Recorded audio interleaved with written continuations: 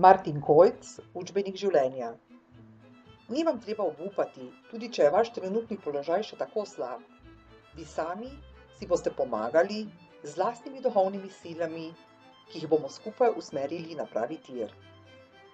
Resnico, po kateri moramo iz svojega življenja izločiti bolezen, nesrečo, neuspeh, revščino, bedo in obup, praktično uporabimo tako, da smo povsem brezbrižni do vsega dogajanja, da gledamo v vsem res samo dobro, da torej popolnoma zaupamo prasili.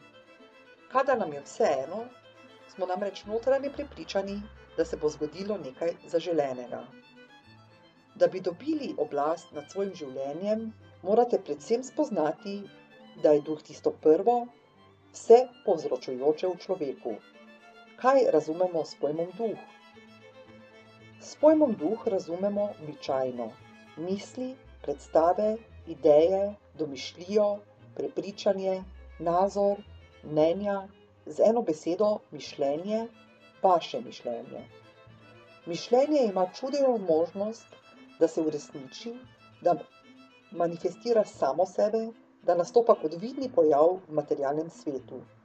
Samo to, kar si nekdo v mislih predstavlja, da obstaja ali da bo postalo, mora zanj obstajati in se zgoditi in nič drugega. Toda ne razumite me napak.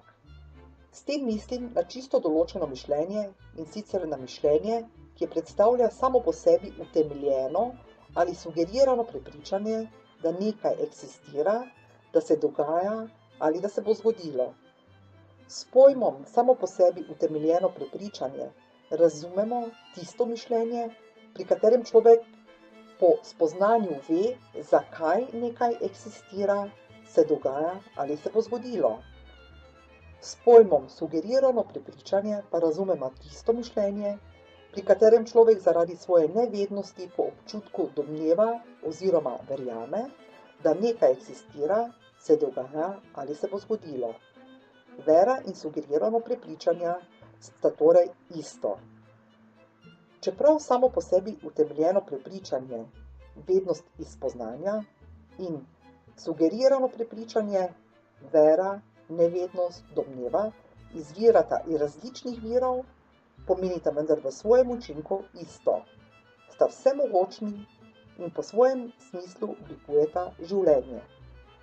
Zakaj pa človek pride do prepričanja, da nekaj eksistira, se dogaja ali se bo zgodilo, je samo po sebi docela brez pomena. Pomembno je, da je človek prepričan, da nekaj eksistira, se dogaja ali se bo zgodilo, in ker je o tem prepričan, postane to zanj resničnost. Torej bomo mišljenje, ki ima moč, da se razodeva kot naše lastno prepričanje, imenovali na kratko prepričanje.